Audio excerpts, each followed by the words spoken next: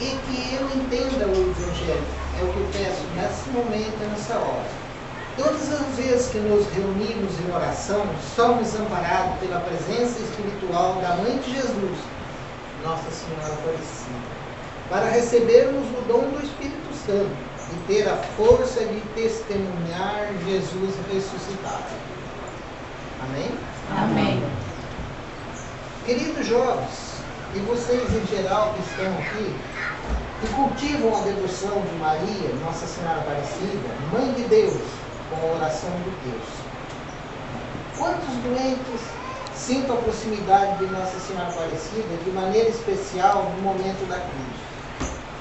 E vocês, queridos e casados, rezem para que nunca falte no seu lar amor e respeito recíproco. Quando estamos com Nossa Senhora Aparecida, estamos em boas mãos. E que Jesus é o único e verdadeiro pastor que na nossa vida nos dê